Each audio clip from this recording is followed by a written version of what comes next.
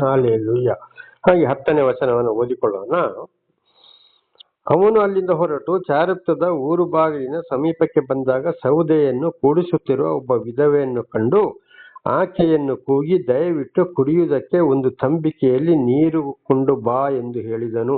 ನೋಡಿ, ದೇವರು ಹೇಳಿದ್ರು, ನೀನಿಂತ ಊರಿಗೆ ಹೋಗು, ಅಲ್ಲಿ ಒಂದು ವಿಧವೆಗೆ ನಿನ್ನ ಸಾಕಲು ನಾನು ಆಜ್ಞಾಪಿಸಿದ್ದೇನೆ ಅಂತೇಳಿ. ಅಲ್ಲಿಂದ ಹೊರಟು ಬಂದಾಗ ಊರು ಬಾಗಿಲಿಗೆ ಅಲ್ಲಿ ಬಂದಾಗ ಒಂದು ಊರು ಬಾಗಿಲಿನ ಹತ್ತಿರ ಬಂದಾಗ ಒಂದು ವಿಧವೆ ಸೌದೆಯನ್ನು ಕೂಡಿಸ್ತಾ ಇದ್ಲು. ಆಗ ಇದುವೆ ಅಂತ ಅವನಿಗೆ ಕೂಡ ಗೊತ್ತಿರಲಿಲ್ಲ. ದೇವರು ಆ ವಿಧವೆ ಹತ್ರ ಅಲ್ಲಿಗೆ ನಡೆಸಿದ್ರು. ದೇವರು ನಮಗೆ ಸ್ತೋತ್ರ. ಹಾಗೆ ಇವತ್ತು ದೇವರು ಹೇಳುವುದು ಮಾತ್ರ ಅಲ್ಲ, ಯಾರ ಬಳಿಗೆ ಹೋಗ್ಬೇಕು ಅವರ ಬಳಿಗೆ ದೇವರೇ ಅವರಿಗೆ ಜ್ಞಾನವನ್ನು ಕೊಟ್ಟು ದೇವರು ಆದುಕೊಂಡವರನ್ನ ಅಂತ ಜಾಗಕ್ಕೆ, ಅಂತ ಊರಿಗೆ, ಅಂತ ಮನುಷ್ಯರ ಬಳಿಗೆ ಕಳಿಸ್ತಾರೆ ಅಂತ ಇದರ ಅರ್ಥವಾಗಿದೆ. ದೇವರು ನಮಗೆ ಸ್ತೋತ್ರ. ಇದು ಕೂಡ ನನ್ನ ಜೀವಿತದಲ್ಲಿ 30 ವರ್ಷದಿಂದ ಈ ಕಡೆಗೆ ನಡೆದು ಹೋಯಿತು.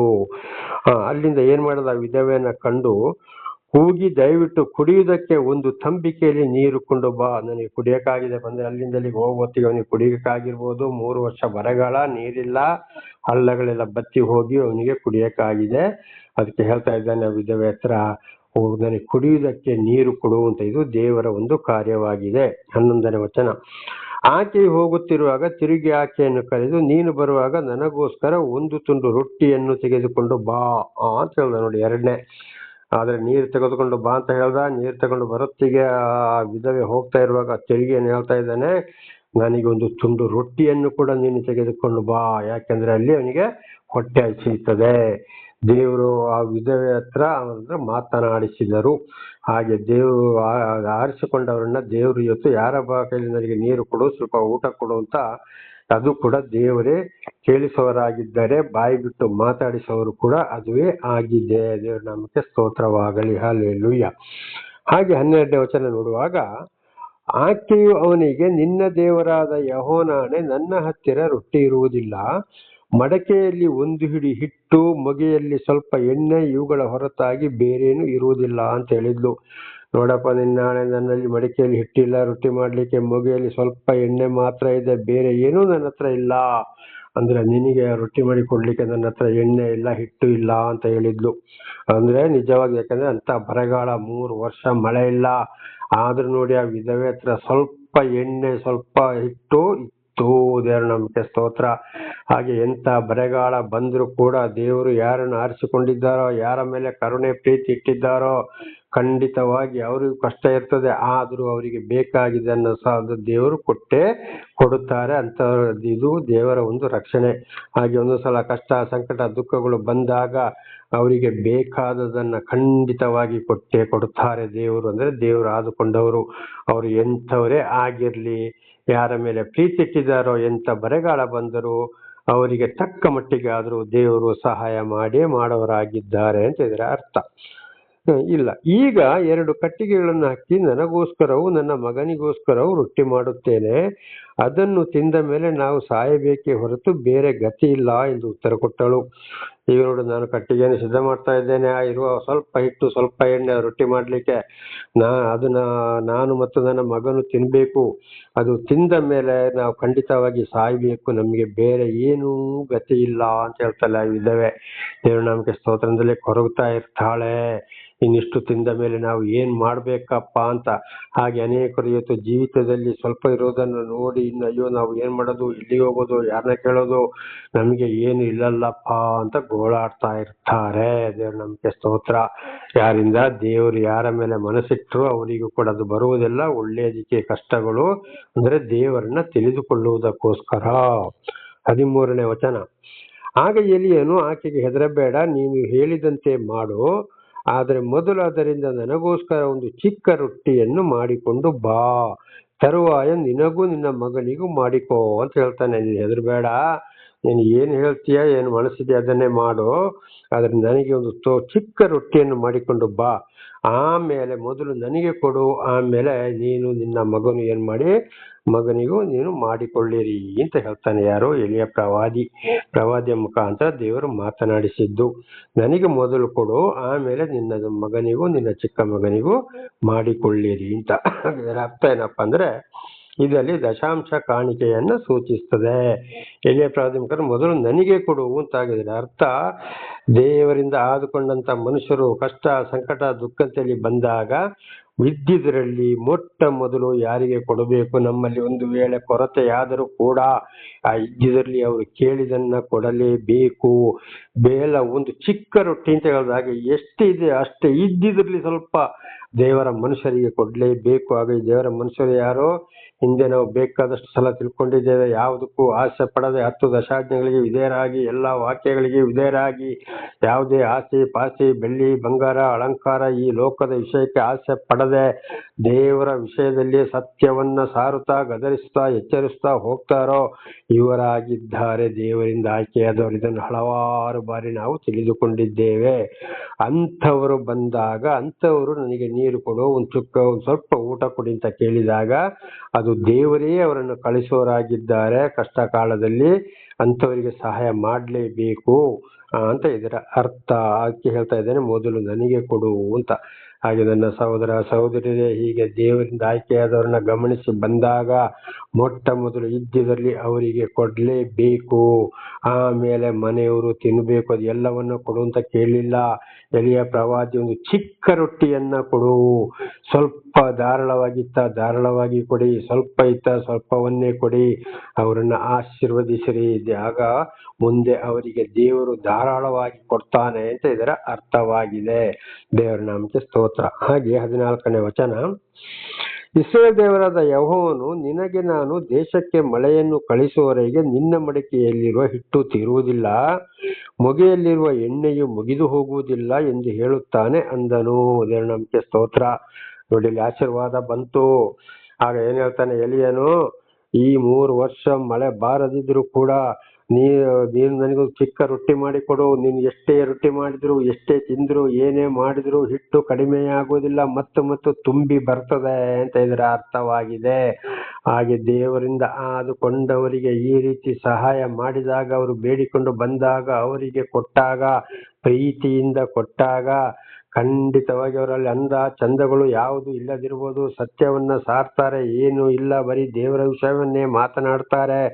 ಅಂಥವ್ರನ್ನ ಅರ್ಥ ಮಾಡಿಕೊಂಡು ಅಂಥವರಿಗೆ ಇರೋದ್ರಲ್ಲಿ ಅವರು ಬೇಡಿದಾಗ, ಅವ್ರ ಮನೆ ಬಾಗಿಲಿಗೆ ಬಂದಾಗ ಅಷ್ಟು ನೀರೋ ರೊಟ್ಟಿಯೋ ಇದ್ದಿದ್ದನ್ನ ಕೊಟ್ಟಾಗ ಖಂಡಿತವಾಗಿ ದೇವರ ಆಶೀರ್ವಾದ ಮುಂದೆ ಅವರ ಬಡತನ, ಕೊಟ್ಟವರ ಬಡತನ ನೀಗಿ ಹೋಗ್ತದೆ.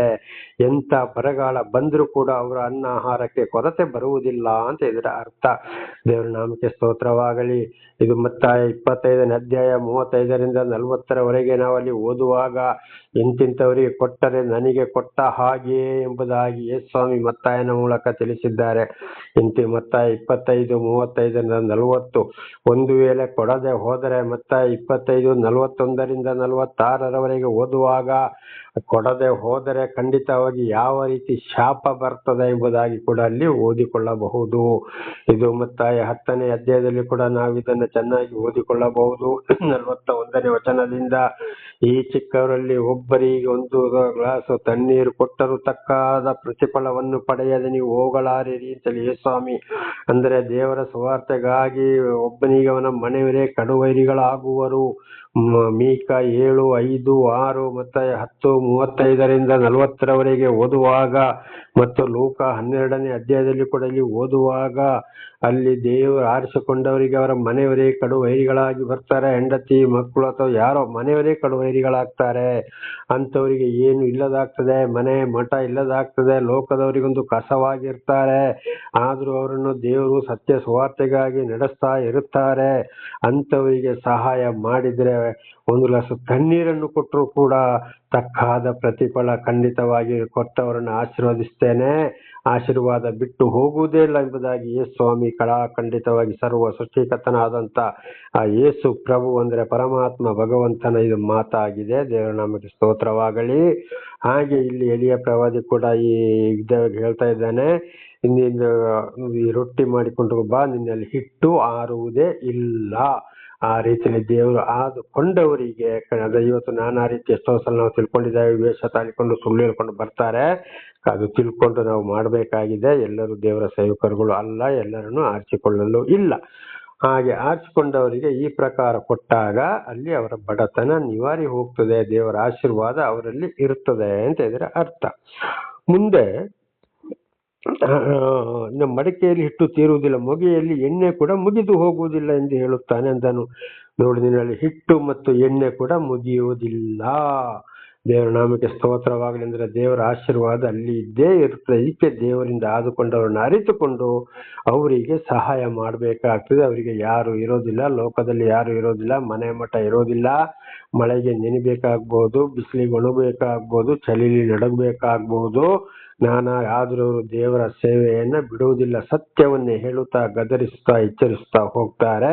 ದೇವರ ನಾಮಕ್ಕೆ ಸ್ತೋತ್ರವಾಗಲಿ. ಅಪೊಸ್ತಲನಾದ ಪೌಲರು ಕೂಡ ಇದನ್ನು ಬಹಳ ಚೆನ್ನಾಗಿ ಹೇಳಿದ್ದಾರೆ ವಿಷಯವನ್ನ. ಹಾಗೆ ನೋಡಿ, ಇಂಥವರಿಗೆ ಸಹಾಯ ಮಾಡಿದಾಗ ಅಲ್ಲಿ ಆಶೀರ್ವಾದ ಅಂತ ಇದರ ಅರ್ಥ. 15ನೇ ವಚನ. ಆಕೆಯು ಹೋಗಿ ಅವನು ಹೇಳಿದಂತೆ ಮಾಡಿದಳು. ಆಕೆಯು ಆಕೆಯ ಮನೆಯವರು ಎಲಿಯನು ಅದನ್ನು ಅನೇಕ ದಿವಸಗಳವರೆಗೆ ಊಟ ಮಾಡಿದರು. ನೋಡಿ, ಎಲಿಯ ಪ್ರವಾದಿ ಹೇಳಿದಾಗೆ ಮಾಡಿದ್ದು. ಒಂದು ಚಿಕ್ಕ ರೊಟ್ಟಿ ಮಾಡಿ ಕೊಟ್ಲು. ಕಡೆಗೆ ಎಷ್ಟು ವಿಧವೆ ಮಗ, ವಿಧವೆ ಮನೆಯವರು ಈ ಎಲಿಯನು ಮತ್ತೆ ಊಟ ಮಾಡಿದ್ರು. ಅಲ್ಲಿ ಹಿಟ್ಟು ಮುಗಿಯಲಿಲ್ಲ, ಎಣ್ಣೆ ಕೂಡ ಕಡಿಮೆ ಆಗಲಿಲ್ಲ, ಆಶೀರ್ವಾದ ಆಗ್ತಲೇ ಬಂತು.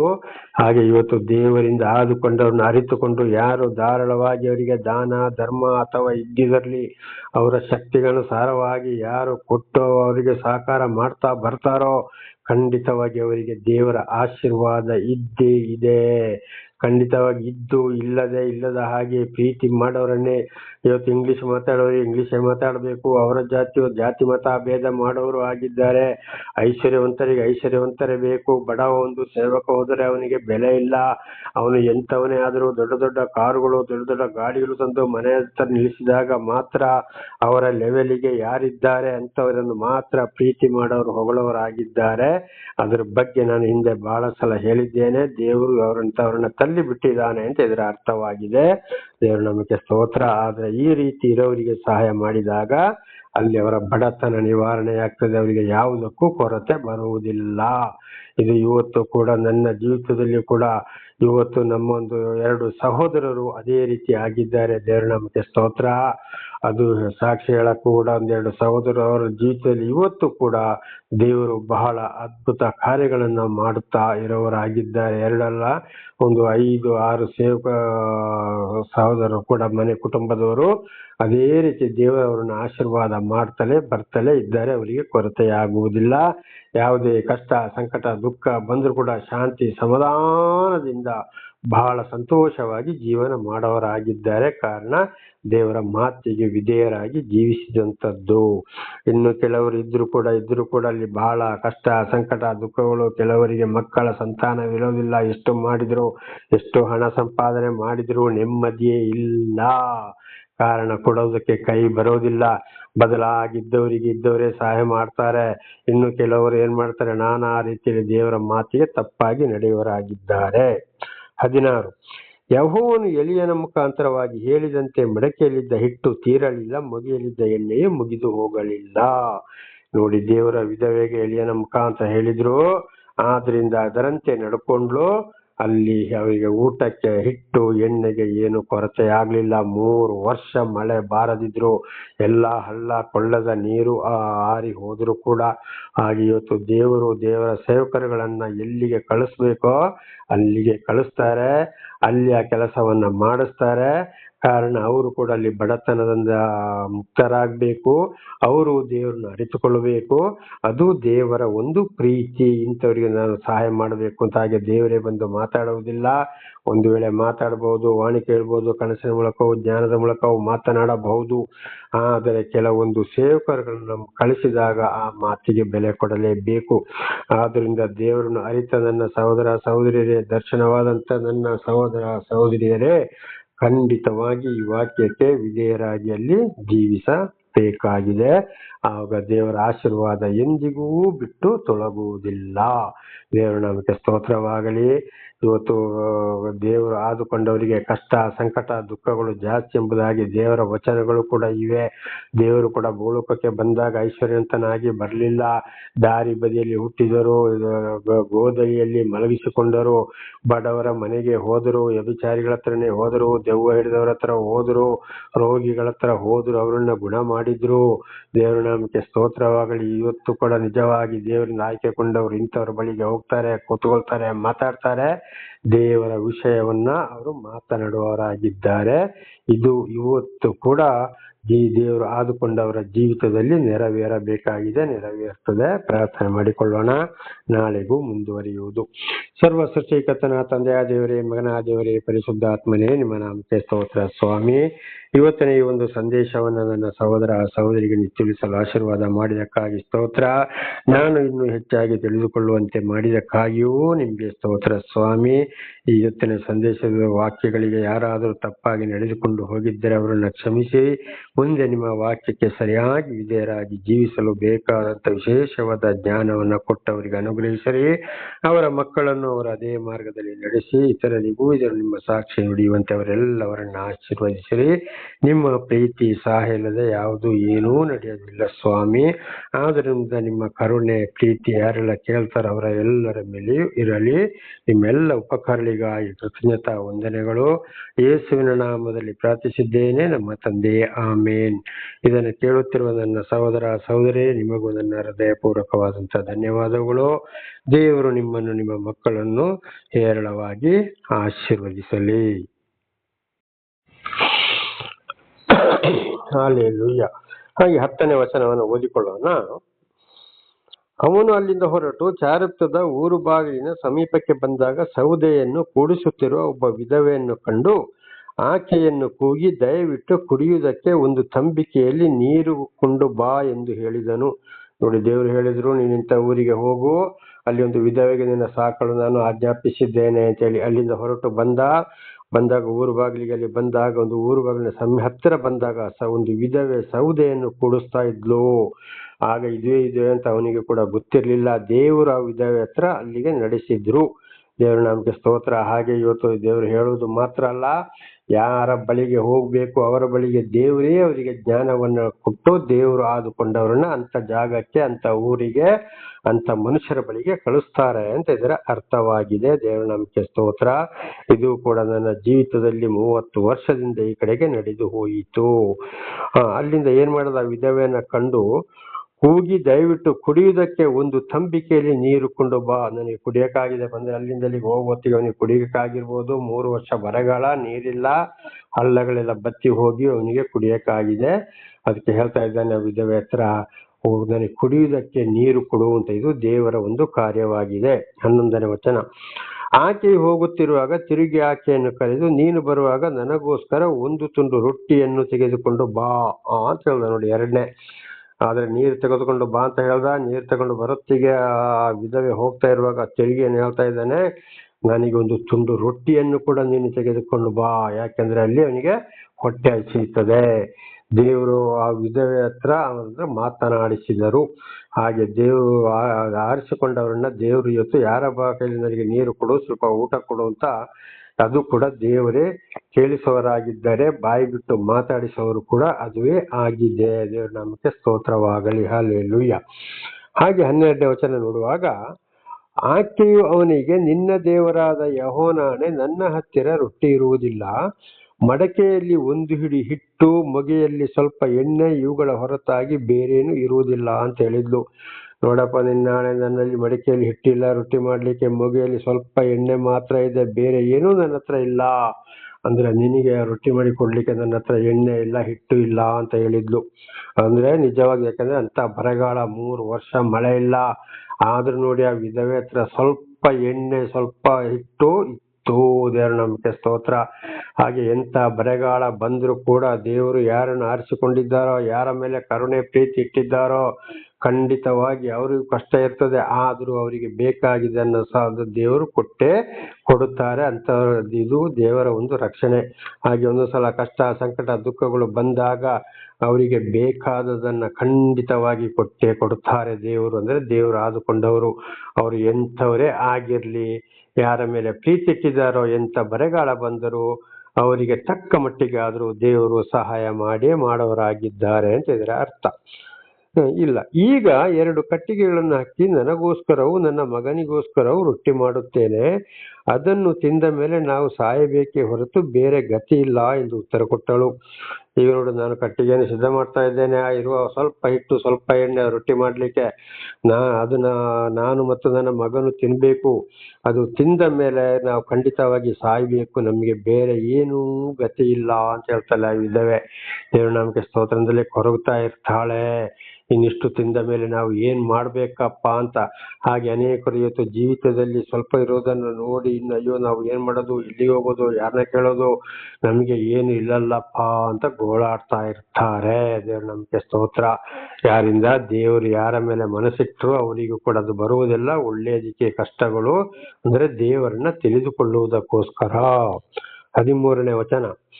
ಆಗ ಎಲಿಯನು ಆಕೆಗೆ ಹೆದರಬೇಡ, ನೀನು ಹೇಳಿದಂತೆ ಮಾಡು, ಆದರೆ ಮೊದಲು ಅದರಿಂದ ನನಗೋಸ್ಕರ ಒಂದು ಚಿಕ್ಕ ರೊಟ್ಟಿಯನ್ನು ಮಾಡಿಕೊಂಡು ಬಾ, ತರುವಾಯ ನಿನಗೂ ನಿನ್ನ ಮಗನಿಗೂ ಮಾಡಿಕೋ ಅಂತ ಹೇಳ್ತಾನೆ. ನೀನು ಹೆದರಬೇಡ, ನೀನು ಏನು ಹೇಳ್ತೀಯ, ಏನು ಮನಸ್ಸಿದೆ ಅದನ್ನೇ ಮಾಡು, ಆದ್ರೆ ನನಗೆ ಒಂದು ಚಿಕ್ಕ ರೊಟ್ಟಿಯನ್ನು ಮಾಡಿಕೊಂಡು ಬಾ, ಆಮೇಲೆ ಮೊದಲು ನನಗೆ ಕೊಡು, ಆಮೇಲೆ ನೀನು ನಿನ್ನ ಮಗನು ಏನ್ ಮಾಡಿ ಮಗನಿಗೂ ನೀನು ಮಾಡಿಕೊಳ್ಳಿರಿ ಅಂತ ಹೇಳ್ತಾನೆ. ಯಾರು? ಎಲಿಯ ಪ್ರವಾದಿಯ ಮುಖಾಂತರ ದೇವರು ಮಾತನಾಡಿಸಿದ್ದು.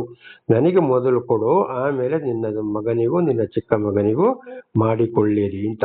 ಇದರ ಅರ್ಥ ಏನಪ್ಪಾ ಅಂದ್ರೆ ಇದರಲ್ಲಿ ದಶಾಂಶ ಕಾಣಿಕೆಯನ್ನ ಸೂಚಿಸ್ತದೆ.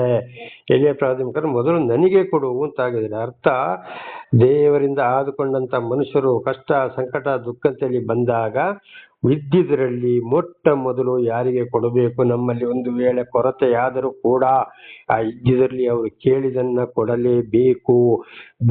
ಒಂದು ಚಿಕ್ಕ ರೊಟ್ಟಿ ಅಂತ ಹೇಳಿದಾಗ ಎಷ್ಟಿದೆ ಅಷ್ಟೇ ಇದ್ದಿದ್ರಲ್ಲಿ ಸ್ವಲ್ಪ ದೇವರ ಮನುಷ್ಯರಿಗೆ ಕೊಡ್ಲೇಬೇಕು. ಆಗ ಈ ದೇವರ ಮನುಷ್ಯರು ಯಾರೋ ಹಿಂದೆ ನಾವು ಬೇಕಾದಷ್ಟು ಸಲ ತಿಳ್ಕೊಂಡಿದ್ದೇವೆ. ಯಾವುದಕ್ಕೂ ಆಸೆ ಪಡದೆ 10 ದಶಾಜ್ಞೆಗಳಿಗೆ ವಿಧೇಯರಾಗಿ, ಎಲ್ಲ ವಾಕ್ಯಗಳಿಗೆ ವಿಧೇಯರಾಗಿ, ಯಾವುದೇ ಆಸೆ ಪಾಸೆ ಬೆಳ್ಳಿ ಬಂಗಾರ ಅಲಂಕಾರ ಈ ಲೋಕದ ವಿಷಯಕ್ಕೆ ಆಸೆ ಪಡದೆ ದೇವರ ವಿಷಯದಲ್ಲಿ ಸತ್ಯವನ್ನ ಸಾರುತ್ತಾ ಗದರಿಸ್ತಾ ಎಚ್ಚರಿಸ್ತಾ ಹೋಗ್ತಾರೋ ಇವರಾಗಿದ್ದಾರೆ ದೇವರಿಂದ ಆಯ್ಕೆಯಾದವರು. ಇದನ್ನು ಹಲವಾರು ಬಾರಿ ನಾವು ತಿಳಿದುಕೊಂಡಿದ್ದೇವೆ. ಅಂಥವರು ಬಂದಾಗ ಅಂಥವರು ನನಗೆ ನೀರು ಕೊಡು, ಒಂದು ಸ್ವಲ್ಪ ಊಟ ಕೊಡಿ ಅಂತ ಕೇಳಿದಾಗ ಅದು ದೇವರೇ ಅವರನ್ನು ಕಳಿಸೋರಾಗಿದ್ದಾರೆ. ಕಷ್ಟ ಕಾಲದಲ್ಲಿ ಅಂಥವರಿಗೆ ಸಹಾಯ ಮಾಡಲೇಬೇಕು ಅಂತ ಇದರ ಅರ್ಥ. ಅದಕ್ಕೆ ಹೇಳ್ತಾ ಇದ್ದೇನೆ ಮೊದಲು ನನಗೆ ಕೊಡು ಅಂತ. ಹಾಗೆ ನನ್ನ ಸಹೋದರ ಸಹೋದರಿಯರೇ, ಹೀಗೆ ದೇವರಿಂದ ಆಯ್ಕೆಯಾದವರನ್ನ ಗಮನಿಸಿ ಬಂದಾಗ ಮೊಟ್ಟ ಮೊದಲು ಇದ್ದಿದ್ರಲ್ಲಿ ಅವರಿಗೆ ಕೊಡ್ಲೇಬೇಕು, ಆಮೇಲೆ ಮನೆಯವರು ತಿನ್ನಬೇಕು. ಅದು ಎಲ್ಲವನ್ನ ಕೊಡು ಅಂತ ಕೇಳಲಿಲ್ಲ. ಎಲಿಯ ಪ್ರವಾದಿ ಒಂದು ಚಿಕ್ಕ ರೊಟ್ಟಿಯನ್ನ ಕೊಡು, ಸ್ವಲ್ಪ ಧಾರಾಳವಾಗಿತ್ತ ಧಾರಾಳವಾಗಿ ಕೊಡಿ, ಸ್ವಲ್ಪ ಇತ್ತ ಸ್ವಲ್ಪವನ್ನೇ ಕೊಡಿ, ಅವರನ್ನ ಆಶೀರ್ವದಿಸಿರಿ. ಆಗ ಮುಂದೆ ಅವರಿಗೆ ದೇವರು ಧಾರಾಳವಾಗಿ ಕೊಡ್ತಾನೆ ಅಂತ ಇದರ ಅರ್ಥವಾಗಿದೆ. ದೇವರ ನಾಮಕ್ಕೆ ಸ್ತೋತ್ರ. ಹಾಗೆ 14ನೇ ವಚನ. ಇಸ್ರಾಯೇಲ್ ದೇವರಾದ ಯೆಹೋವನು, ನಿನಗೆ ನಾನು ದೇಶಕ್ಕೆ ಮಳೆಯನ್ನು ಕಳಿಸುವವರೆಗೆ ನಿನ್ನ ಮಡಿಕೆಯಲ್ಲಿರುವ ಹಿಟ್ಟು ತೀರುವುದಿಲ್ಲ, ಮೊಗೆಯಲ್ಲಿರುವ ಎಣ್ಣೆಯು ಮುಗಿದು ಹೋಗುವುದಿಲ್ಲ ಎಂದು ಹೇಳುತ್ತಾನೆ ಅಂದನು. ದೇವರ ನಾಮಕ್ಕೆ ಸ್ತೋತ್ರ. ನೋಡಿ, ಇಲ್ಲಿ ಆಶೀರ್ವಾದ ಬಂತು. ಆಗ ಏನ್ ಹೇಳ್ತಾನೆ ಎಲಿಯನು, ಈ 3 ವರ್ಷ ಮಳೆ ಬಾರದಿದ್ರು ಕೂಡ ನೀನು ನನಗೊಂದು ಚಿಕ್ಕ ರೊಟ್ಟಿ ಮಾಡಿಕೊಡು, ನೀನು ಎಷ್ಟೇ ರೊಟ್ಟಿ ಮಾಡಿದ್ರು ಎಷ್ಟೇ ತಿಂದ್ರು ಏನೇ ಮಾಡಿದ್ರು ಹಿಟ್ಟು ಕಡಿಮೆ ಆಗೋದಿಲ್ಲ, ಮತ್ತು ತುಂಬಿ ಬರ್ತದೆ ಅಂತ ಇದರ ಅರ್ಥವಾಗಿದೆ. ಹಾಗೆ ದೇವರಿಂದ ಆದುಕೊಂಡವರಿಗೆ ಈ ರೀತಿ ಸಹಾಯ ಮಾಡಿದಾಗ, ಅವರು ಬೇಡಿಕೊಂಡು ಬಂದಾಗ, ಅವರಿಗೆ ಕೊಟ್ಟಾಗ, ಪ್ರೀತಿಯಿಂದ ಕೊಟ್ಟಾಗ ಖಂಡಿತವಾಗಿ ಅವರಲ್ಲಿ ಅಂದ ಚಂದಗಳು ಯಾವುದು ಇಲ್ಲದಿರ್ಬೋದು. ಸತ್ಯವನ್ನ ಸಾರ್ತಾರೆ, ಏನು ಇಲ್ಲ, ಬರೀ ದೇವರ ವಿಷಯವನ್ನೇ ಮಾತನಾಡ್ತಾರೆ. ಅಂಥವ್ರನ್ನ ಅರ್ಥ ಮಾಡಿಕೊಂಡು ಅಂಥವರಿಗೆ ಇರೋದ್ರಲ್ಲಿ ಅವರು ಬೇಡಿದಾಗ, ಅವ್ರ ಮನೆ ಬಾಗಿಲಿಗೆ ಬಂದಾಗ ಅಷ್ಟು ನೀರೋ ರೊಟ್ಟಿಯೋ ಇದ್ದಿದ್ದನ್ನ ಕೊಟ್ಟಾಗ ಖಂಡಿತವಾಗಿ ದೇವರ ಆಶೀರ್ವಾದ ಮುಂದೆ ಅವರ ಬಡತನ, ಕೊಟ್ಟವರ ಬಡತನ ನೀಗಿ ಹೋಗ್ತದೆ. ಎಂತ ಬರಗಾಲ ಬಂದರೂ ಕೂಡ ಅವರ ಅನ್ನ ಆಹಾರಕ್ಕೆ ಕೊರತೆ ಬರುವುದಿಲ್ಲ ಅಂತ ಇದರ ಅರ್ಥ. ದೇವರ ನಾಮಕ್ಕೆ ಸ್ತೋತ್ರವಾಗಲಿ. ಇದು ಮತ್ತಾಯ 25ನೇ ಅಧ್ಯಾಯ 35ರಿಂದ 40ರವರೆಗೆ ನಾವು ಅಲ್ಲಿ ಓದುವಾಗ, ಇಂತಿಂಥವರಿಗೆ ಕೊಟ್ಟರೆ ನನಗೆ ಕೊಟ್ಟ ಹಾಗೆಯೇ ಎಂಬುದಾಗಿ ಯೇಸುಸ್ವಾಮಿ ಮತ್ತಾಯನ ಮೂಲಕ ತಿಳಿಸಿದ್ದಾರೆ.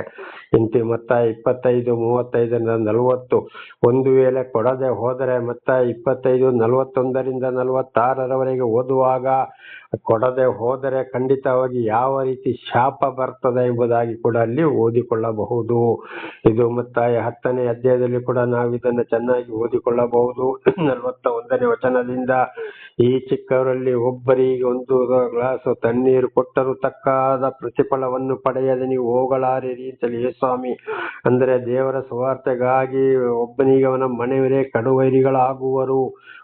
ಮೀಕ 7, 5, 6 ಮತ್ತಾಯ 10, 35ರಿಂದ 40ರವರೆಗೆ ಓದುವಾಗ ಮತ್ತು ಲೂಕ 12ನೇ ಅಧ್ಯಾಯದಲ್ಲಿ ಕೂಡ ಇಲ್ಲಿ ಓದುವಾಗ, ಅಲ್ಲಿ ದೇವರು ಆರಿಸಿಕೊಂಡವರಿಗೆ ಅವರ ಮನೆಯವರೇ ಕಡುವೈರಿಗಳಾಗಿ ಬರ್ತಾರೆ. ಹೆಂಡತಿ ಮಕ್ಕಳು ಅಥವಾ ಯಾರೋ ಮನೆಯವರೇ ಕಡುವೈರಿಗಳಾಗ್ತಾರೆ. ಅಂಥವರಿಗೆ ಏನು ಇಲ್ಲದಾಗ್ತದೆ, ಮನೆ ಮಠ ಇಲ್ಲದಾಗ್ತದೆ, ಲೋಕದವರಿಗೊಂದು ಕಸವಾಗಿರ್ತಾರೆ. ಆದರೂ ಅವರನ್ನು ದೇವರು ಸತ್ಯ ಸುವಾರ್ತೆಗಾಗಿ ನಡೆಸ್ತಾ ಇರುತ್ತಾರೆ. ಅಂಥವರಿಗೆ ಸಹಾಯ ಮಾಡಿದರೆ ಒಂದು ಗ್ಲಾಸ್ ತಣ್ಣೀರನ್ನು ಕೊಟ್ಟರೂ ಕೂಡ ತಕ್ಕಾದ ಪ್ರತಿಫಲ ಖಂಡಿತವಾಗಿ ಕೊಟ್ಟವರನ್ನು ಆಶೀರ್ವದಿಸ್ತೇನೆ, ಆಶೀರ್ವಾದ ಬಿಟ್ಟು ಹೋಗುವುದೇ ಇಲ್ಲ ಎಂಬುದಾಗಿ ಯೇಸುಸ್ವಾಮಿ ಖಂಡಿತವಾಗಿ ಸರ್ವ ಸೃಷ್ಟಿಕರ್ತನಾದಂಥ ಆ ಯೇಸು ಪ್ರಭು ಅಂದರೆ ಪರಮಾತ್ಮ ಭಗವಂತನ ಇದು ಮಾತಾಗಿದೆ. ದೇವರ ನಾಮಕ್ಕೆ ಸ್ತೋತ್ರವಾಗಲಿ. ಹಾಗೆ ಇಲ್ಲಿ ಎಲಿಯ ಪ್ರವಾದಿ ಕೂಡ ಈ ಹೇಳ್ತಾ ಇದ್ದಾನೆ, ನೀನು ಈ ರೊಟ್ಟಿ ಮಾಡಿಕೊಂಡು ಬಾ, ನಿನ್ನಲ್ಲಿ ಹಿಟ್ಟು ಆರುವುದೇ ಇಲ್ಲ. ಆ ರೀತಿಯಲ್ಲಿ ದೇವರು ಆದುಕೊಂಡವರಿಗೆ ಇವತ್ತು ನಾನಾ ರೀತಿ ಎಷ್ಟೋ ಸಲ ನಾವು ತಿಳ್ಕೊಂಡಿದ್ದೇವೆ. ವೇಷ ತಾಳಿಕೊಂಡು ಸುಳ್ಳು ಹೇಳ್ಕೊಂಡು ಬರ್ತಾರೆ. ಅದು ತಿಳ್ಕೊಂಡು ನಾವು ಮಾಡಬೇಕಾಗಿದೆ. ಎಲ್ಲರೂ ದೇವರ ಸೇವಕರುಗಳು ಅಲ್ಲ, ಎಲ್ಲರನ್ನು ಆರಿಸಿಕೊಳ್ಳಲು ಇಲ್ಲ. ಹಾಗೆ ಆರಿಸಿಕೊಂಡವರಿಗೆ ಈ ಪ್ರಕಾರ ಕೊಟ್ಟಾಗ ಅಲ್ಲಿ ಅವರ ಬಡತನ ನಿವಾರಿ ಹೋಗ್ತದೆ, ದೇವರ ಆಶೀರ್ವಾದ ಅವರಲ್ಲಿ ಇರುತ್ತದೆ ಅಂತ ಇದರ ಅರ್ಥ. ಮುಂದೆ ಮಡಿಕೆಯಲ್ಲಿ ಹಿಟ್ಟು ತೀರುವುದಿಲ್ಲ, ಮೊಗೆಯಲ್ಲಿ ಎಣ್ಣೆ ಕೂಡ ಮುಗಿದು ಹೋಗುವುದಿಲ್ಲ ಎಂದು ಹೇಳುತ್ತಾನೆ ಅಂದನು. ನೋಡಿ, ನಿನ್ನಲ್ಲಿ ಹಿಟ್ಟು ಮತ್ತು ಎಣ್ಣೆ ಕೂಡ ಮುಗಿಯುವುದಿಲ್ಲ. ದೇವರ ನಾಮಕ್ಕೆ ಸ್ತೋತ್ರವಾಗಲಿ. ಅಂದರೆ ದೇವರ ಆಶೀರ್ವಾದ ಅಲ್ಲಿ ಇದ್ದೇ ಇರ್ತದೆ. ಇದಕ್ಕೆ ದೇವರಿಂದ ಆದುಕೊಂಡವರನ್ನು ಅರಿತುಕೊಂಡು ಅವರಿಗೆ ಸಹಾಯ ಮಾಡಬೇಕಾಗ್ತದೆ. ಅವರಿಗೆ ಯಾರು ಇರೋದಿಲ್ಲ, ಲೋಕದಲ್ಲಿ ಯಾರು ಇರೋದಿಲ್ಲ, ಮನೆ ಮಠ ಇರೋದಿಲ್ಲ. ಮಳೆಗೆ ನೆನಿಬೇಕಾಗ್ಬೋದು, ಬಿಸಿಲಿಗೆ ಒಣಗಬೇಕಾಗ್ಬೋದು, ಚಳಿಲಿ ನಡಗಬೇಕಾಗ್ಬೋದು. ಆದರೂ ಅವರು ದೇವರ ಸೇವೆಯನ್ನ ಬಿಡುವುದಿಲ್ಲ. ಸತ್ಯವನ್ನೇ ಹೇಳುತ್ತಾ ಗದರಿಸುತ್ತಾ ಎಚ್ಚರಿಸುತ್ತಾ ಹೋಗ್ತಾರೆ. ದೇವರ ನಾಮಕ್ಕೆ ಸ್ತೋತ್ರವಾಗಲಿ. ಅಪೊಸ್ತಲನಾದ ಪೌಲರು ಕೂಡ ಇದನ್ನು ಬಹಳ ಚೆನ್ನಾಗಿ ಹೇಳಿದ್ದಾರೆ ವಿಷಯವನ್ನ. ಹಾಗೆ ನೋಡಿ, ಇಂಥವರಿಗೆ ಸಹಾಯ ಮಾಡಿದಾಗ ಅಲ್ಲಿ ಆಶೀರ್ವಾದ ಅಂತ ಇದರ ಅರ್ಥ. 15ನೇ ವಚನ, ಆಕೆಯು ಹೋಗಿ ಅವನು ಹೇಳಿದಂತೆ ಮಾಡಿದಳು. ಆಕೆಯು ಆಕೆಯ ಮನೆಯವರು ಎಲಿಯನು ಅದನ್ನು ಅನೇಕ ದಿವಸಗಳವರೆಗೆ ಊಟ ಮಾಡಿದರು. ನೋಡಿ, ಎಲಿಯ ಪ್ರವಾದಿ ಹೇಳಿದಾಗೆ ಮಾಡಿದ್ರು. ಒಂದು ಚಿಕ್ಕ ರೊಟ್ಟಿ ಮಾಡಿ ಕೊಟ್ಲು. ಕಡೆಗೆ ಎಷ್ಟು ವಿಧವೆ ಮಗ, ವಿಧವೆ ಮನೆಯವರು ಈ ಎಲಿಯನು ಮತ್ತೆ ಊಟ ಮಾಡಿದ್ರು. ಅಲ್ಲಿ ಹಿಟ್ಟು ಮುಗಿಯಲಿಲ್ಲ, ಎಣ್ಣೆ ಕೂಡ ಕಡಿಮೆ ಆಗಲಿಲ್ಲ, ಆಶೀರ್ವಾದ ಆಗ್ತಲೇ ಬಂತು. ಹಾಗೆ ಇವತ್ತು ದೇವರಿಂದ ಆದುಕೊಂಡವ್ರನ್ನ ಅರಿತುಕೊಂಡು ಯಾರು ಧಾರಾಳವಾಗಿ ಅವರಿಗೆ ದಾನ ಧರ್ಮ ಅಥವಾ ಇದ್ದಿರಲಿ ಅವರ ಶಕ್ತಿಗನುಸಾರವಾಗಿ ಯಾರು ಕೊಟ್ಟು ಅವರಿಗೆ ಸಹಕಾರ ಮಾಡ್ತಾ ಬರ್ತಾರೋ ಖಂಡಿತವಾಗಿ ಅವರಿಗೆ ದೇವರ ಆಶೀರ್ವಾದ ಇದ್ದೇ ಇದೆ. ಖಂಡಿತವಾಗಿ ಇಲ್ಲದ ಹಾಗೆ ಪ್ರೀತಿ ಮಾಡೋರನ್ನೇ ಇವತ್ತು ಇಂಗ್ಲಿಷ್ ಮಾತಾಡೋರು ಇಂಗ್ಲಿಷೇ ಮಾತಾಡಬೇಕು, ಅವರ ಜಾತಿ ಮತ ಭೇದ ಮಾಡೋರು ಆಗಿದ್ದಾರೆ. ಐಶ್ವರ್ಯವಂತರಿಗೆ ಐಶ್ವರ್ಯವಂತರೇ ಬೇಕು. ಬಡವ ಒಂದು ಸೇವಕ ಹೋದರೆ ಅವನಿಗೆ ಬೆಲೆ ಇಲ್ಲ. ಅವನು ಎಂಥವನೇ ಆದರೂ ದೊಡ್ಡ ದೊಡ್ಡ ಕಾರುಗಳು ದೊಡ್ಡ ದೊಡ್ಡ ಗಾಡಿಗಳು ತಂದು ಮನೆ ಹತ್ರ ನಿಲ್ಲಿಸಿದಾಗ ಮಾತ್ರ ಅವರ ಲೆವೆಲಿಗೆ ಯಾರಿದ್ದಾರೆ ಅಂತವರನ್ನು ಮಾತ್ರ ಪ್ರೀತಿ ಮಾಡೋರು ಹೊಗಳವರಾಗಿದ್ದಾರೆ. ಅದರ ಬಗ್ಗೆ ನಾನು ಹಿಂದೆ ಬಹಳ ಸಲ ಹೇಳಿದ್ದೇನೆ. ದೇವರು ಅವರಂತವರನ್ನ ತಳ್ಳಿ ಬಿಟ್ಟಿದ್ದಾನೆ ಅಂತ ಇದರ ಅರ್ಥವಾಗಿದೆ. ದೇವರು ನಮಗೆ ಸ್ತೋತ್ರ. ಆದ್ರೆ ಈ ರೀತಿ ಇರೋರಿಗೆ ಸಹಾಯ ಮಾಡಿದಾಗ ಅಲ್ಲಿ ಅವರ ಬಡತನ ನಿವಾರಣೆ ಆಗ್ತದೆ, ಅವರಿಗೆ ಯಾವುದಕ್ಕೂ ಕೊರತೆ ಬರುವುದಿಲ್ಲ. ಇದು ಇವತ್ತು ಕೂಡ ನನ್ನ ಜೀವಿತದಲ್ಲಿ ಕೂಡ ಇವತ್ತು ನಮ್ಮೊಂದು 2 ಸಹೋದರರು ಅದೇ ರೀತಿ ಆಗಿದ್ದಾರೆ. ದೇವರ ನಾಮಕ್ಕೆ ಸ್ತೋತ್ರ. ಅದು ಸಾಕ್ಷಿ ಹೇಳಕ್ ಕೂಡ 2 ಸಹೋದರರು ಅವರ ಜೀವಿತದಲ್ಲಿ ಇವತ್ತು ಕೂಡ ದೇವರು ಬಹಳ ಅದ್ಭುತ ಕಾರ್ಯಗಳನ್ನ ಮಾಡುತ್ತಾ ಇರೋರಾಗಿದ್ದಾರೆ. 2 ಅಲ್ಲ, ಒಂದು 5, 6 ಸೇವಕ ಸಹೋದರರು ಕೂಡ ಮನೆ ಕುಟುಂಬದವರು ಅದೇ ರೀತಿ ದೇವರವರನ್ನ ಆಶೀರ್ವಾದ ಮಾಡ್ತಲೇ ಬರ್ತಲೇ ಇದ್ದಾರೆ. ಅವರಿಗೆ ಕೊರತೆ ಆಗುವುದಿಲ್ಲ. ಯಾವುದೇ ಕಷ್ಟ, ಸಂಕಟ, ದುಃಖ ಬಂದರೂ ಕೂಡ ಶಾಂತಿ, ಸಮಾಧಾನದಿಂದ ಬಹಳ ಸಂತೋಷವಾಗಿ ಜೀವನ ಮಾಡೋರಾಗಿದ್ದಾರೆ. ಕಾರಣ ದೇವರ ಮಾತಿಗೆ ವಿಧೇಯರಾಗಿ ಜೀವಿಸಿದಂಥದ್ದು. ಇನ್ನು ಕೆಲವರು ಇದ್ರೂ ಕೂಡ ಅಲ್ಲಿ ಬಹಳ ಕಷ್ಟ, ಸಂಕಟ, ದುಃಖಗಳು. ಕೆಲವರಿಗೆ ಮಕ್ಕಳ ಸಂತಾನವಿರೋದಿಲ್ಲ. ಎಷ್ಟು ಮಾಡಿದ್ರು, ಎಷ್ಟು ಹಣ ಸಂಪಾದನೆ ಮಾಡಿದ್ರು ನೆಮ್ಮದಿಯೇ ಇಲ್ಲ. ಕಾರಣ ಕೊಡೋದಕ್ಕೆ ಕೈ ಬರೋದಿಲ್ಲ. ಬದಲಾಗಿದ್ದವರಿಗೆ ಇದ್ದವರೇ ಸಹಾಯ ಮಾಡ್ತಾರೆ. ಇನ್ನು ಕೆಲವರು ಏನ್ ಮಾಡ್ತಾರೆ, ನಾನಾ ರೀತಿಯಲ್ಲಿ ದೇವರ ಮಾತಿಗೆ ತಪ್ಪಾಗಿ ನಡೆಯುವರಾಗಿದ್ದಾರೆ. 16, ಯೆಹೋವನು ಎಲಿಯನ ಮುಖಾಂತರವಾಗಿ ಹೇಳಿದಂತೆ ಮಡಕೆಯಲ್ಲಿದ್ದ ಹಿಟ್ಟು ತೀರಲಿಲ್ಲ, ಮೊಗೆಯಲ್ಲಿದ್ದ ಎಣ್ಣೆಯೇ ಮುಗಿದು ಹೋಗಲಿಲ್ಲ. ನೋಡಿ, ದೇವರ ವಿಧವೆಗೆ ಎಲಿಯನ ಮುಖಾಂತರ ಹೇಳಿದ್ರು, ಆದ್ರಿಂದ ಅದರಂತೆ ನಡ್ಕೊಂಡ್ಲು. ಅಲ್ಲಿ ಅವರಿಗೆ ಊಟಕ್ಕೆ ಹಿಟ್ಟು, ಎಣ್ಣೆಗೆ ಏನು ಕೊರತೆ ಆಗ್ಲಿಲ್ಲ. 3 ವರ್ಷ ಮಳೆ ಬಾರದಿದ್ರು, ಎಲ್ಲ ಹಳ್ಳ ಕೊಳ್ಳದ ನೀರು ಆರಿ ಹೋದ್ರು ಕೂಡ. ಹಾಗೆ ಇವತ್ತು ದೇವರ ಸೇವಕರುಗಳನ್ನ ಎಲ್ಲಿಗೆ ಕಳಿಸ್ಬೇಕೋ ಅಲ್ಲಿಗೆ ಕಳಿಸ್ತಾರೆ, ಅಲ್ಲಿ ಆ ಕೆಲಸವನ್ನ ಮಾಡಿಸ್ತಾರೆ. ಕಾರಣ ಅವರು ಕೂಡ ಅಲ್ಲಿ ಬಡತನದಿಂದ ಮುಕ್ತರಾಗಬೇಕು. ಅವರು ದೇವರನ್ನ ಅರಿತುಕೊಳ್ಳಬೇಕು. ಅದು ದೇವರ ಒಂದು ಪ್ರೀತಿ. ಇಂಥವರಿಗೆ ನಾನು ಸಹಾಯ ಮಾಡಬೇಕು ಅಂತ ಹಾಗೆ ದೇವರೇ ಬಂದು ಮಾತಾಡುವುದಿಲ್ಲ. ಒಂದು ವೇಳೆ ಮಾತಾಡಬಹುದು, ವಾಣಿ ಕೇಳಬಹುದು, ಕನಸಿನ ಮೂಲಕವೂ ಜ್ಞಾನದ ಮೂಲಕವೂ ಮಾತನಾಡಬಹುದು. ಆದರೆ ಕೆಲವೊಂದು ಸೇವಕರುಗಳನ್ನು ಕಳಿಸಿದಾಗ ಆ ಮಾತಿಗೆ ಬೆಲೆ ಕೊಡಲೇಬೇಕು. ಆದ್ರಿಂದ ದೇವರನ್ನು ಅರಿತ ನನ್ನ ಸಹೋದರ ಸಹೋದರಿಯರೇ, ದರ್ಶನವಾದಂತ ನನ್ನ ಸಹೋದರ ಸಹೋದರಿಯರೇ, ಖಂಡಿತವಾಗಿ ಈ ವಾಕ್ಯಕ್ಕೆ ವಿಧೇಯರಾಗಿ ಅಲ್ಲಿ ಜೀವಿಸಬೇಕಾಗಿದೆ. ಆಗ ದೇವರ ಆಶೀರ್ವಾದ ಎಂದಿಗೂ ಬಿಟ್ಟು ತೊಲಗುವುದಿಲ್ಲ. ದೇವರ ನಾಮಕ್ಕೆ ಸ್ತೋತ್ರವಾಗಲಿ. ಇವತ್ತು ದೇವರು ಆದುಕೊಂಡವರಿಗೆ ಕಷ್ಟ, ಸಂಕಟ, ದುಃಖಗಳು ಜಾಸ್ತಿ ಎಂಬುದಾಗಿ ದೇವರ ವಚನಗಳು ಕೂಡ ಇವೆ. ದೇವರು ಕೂಡ ಭೂಲೋಕಕ್ಕೆ ಬಂದಾಗ ಐಶ್ವರ್ಯವಂತನಾಗಿ ಬರಲಿಲ್ಲ. ದಾರಿ ಬದಿಯಲ್ಲಿ ಹುಟ್ಟಿದರು, ಗೋದಲಿಯಲ್ಲಿ ಮಲಗಿಸಿಕೊಂಡರು, ಬಡವರ ಮನೆಗೆ ಹೋದರು, ವ್ಯಭಿಚಾರಿಗಳ ಹತ್ರನೇ ಹೋದರು, ದೆವ್ವ ಹಿಡಿದವರ ಹತ್ರ ಹೋದರು, ರೋಗಿಗಳ ಹತ್ರ ಹೋದ್ರು, ಅವರನ್ನ ಗುಣ ಮಾಡಿದ್ರು. ದೇವರ ನಾಮಕ್ಕೆ ಸ್ತೋತ್ರವಾಗಲಿ. ಇವತ್ತು ಕೂಡ ನಿಜವಾಗಿ ದೇವರಿಂದ ಆಯ್ಕೆಕೊಂಡವರು ಇಂಥವ್ರ ಬಳಿಗೆ ಹೋಗ್ತಾರೆ, ಕೂತ್ಕೊಳ್ತಾರೆ, ಮಾತಾಡ್ತಾರೆ. ದೇವರ ವಿಷಯವನ್ನ ಅವರು ಮಾತನಾಡುವವರಾಗಿದ್ದಾರೆ. ಇದು ಇವತ್ತು ಕೂಡ ದೇವರು ಆದುಕೊಂಡವರ ಜೀವಿತದಲ್ಲಿ ನೆರವೇರಬೇಕಾಗಿದೆ, ನೆರವೇರ್ತದೆ. ಪ್ರಾರ್ಥನೆ ಮಾಡಿಕೊಳ್ಳೋಣ. ನಾಳೆಗೂ ಮುಂದುವರಿಯುವುದು. ಸರ್ವ ಸೃಷ್ಟಿಕರ್ತನ ತಂದೆಯ ದೇವರೇ, ಮಗನ ದೇವರೇ, ಪರಿಶುದ್ಧಾತ್ಮನೇ, ನಿಮ್ಮ ನಾಮಕ್ಕೆ ಸ್ತೋತ್ರ ಸ್ವಾಮಿ. ಇವತ್ತಿನ ಈ ಒಂದು ಸಂದೇಶವನ್ನು ನನ್ನ ಸಹೋದರ ಸಹೋದರಿಗೆ ತಿಳಿಸಲು ಆಶೀರ್ವಾದ ಮಾಡಿದಕ್ಕಾಗಿ ಸ್ತೋತ್ರ. ನಾನು ಇನ್ನೂ ಹೆಚ್ಚಾಗಿ ತಿಳಿದುಕೊಳ್ಳುವಂತೆ ಮಾಡಿದಕ್ಕಾಗಿಯೂ ನಿಮಗೆ ಸ್ತೋತ್ರ ಸ್ವಾಮಿ. ಈ ಇವತ್ತಿನ ಸಂದೇಶದ ವಾಕ್ಯಗಳಿಗೆ ಯಾರಾದರೂ ತಪ್ಪಾಗಿ ನಡೆದುಕೊಂಡು ಹೋಗಿದ್ದರೆ ಅವರನ್ನು ಕ್ಷಮಿಸಿ, ಮುಂದೆ ನಿಮ್ಮ ವಾಕ್ಯಕ್ಕೆ ಸರಿಯಾಗಿ ವಿಧೇಯರಾಗಿ ಜೀವಿಸಲು ಬೇಕಾದಂತ ವಿಶೇಷವಾದ ಜ್ಞಾನವನ್ನು ಕೊಟ್ಟವರಿಗೆ ಅನುಗ್ರಹಿಸಿರಿ. ಅವರ ಮಕ್ಕಳನ್ನು ಅವರ ಅದೇ ಮಾರ್ಗದಲ್ಲಿ ನಡೆಸಿ ಇತರರಿಗೂ ಇದನ್ನು ನಿಮ್ಮ ಸಾಕ್ಷಿ ನುಡಿಯುವಂತೆ ಅವರೆಲ್ಲವರನ್ನು ಆಶೀರ್ವದಿಸಿರಿ. ನಿಮ್ಮ ಪ್ರೀತಿ ಸಹಾಯ ಇಲ್ಲದೆ ಯಾವುದು ಏನೂ ನಡೆಯೋದಿಲ್ಲ ಸ್ವಾಮಿ. ಆದ್ದರಿಂದ ನಿಮ್ಮ ಕರುಣೆ ಪ್ರೀತಿ ಯಾರೆಲ್ಲ ಕೇಳ್ತಾರೋ ಅವರ ಎಲ್ಲರ ಮೇಲೆಯೂ ಇರಲಿ. ನಿಮ್ಮೆಲ್ಲ ಉಪಕಾರಗಳಿಗಾಗಿ ಕೃತಜ್ಞತಾ ವಂದನೆಗಳು. ಯೇಸುವಿನ ನಾಮದಲ್ಲಿ ಪ್ರಾರ್ಥಿಸಿದ್ದೇನೆ ನಮ್ಮ ತಂದೆಯೇ, ಆಮೇನ್. ಇದನ್ನು ಕೇಳುತ್ತಿರುವ ನನ್ನ ಸಹೋದರ ಸಹೋದರಿ, ನಿಮಗೂ ನನ್ನ ಹೃದಯಪೂರ್ವಕವಾದಂತಹ ಧನ್ಯವಾದಗಳು. ದೇವರು ನಿಮ್ಮನ್ನು, ನಿಮ್ಮ ಮಕ್ಕಳನ್ನು ಹೇರಳವಾಗಿ ಆಶೀರ್ವದಿಸಲಿ.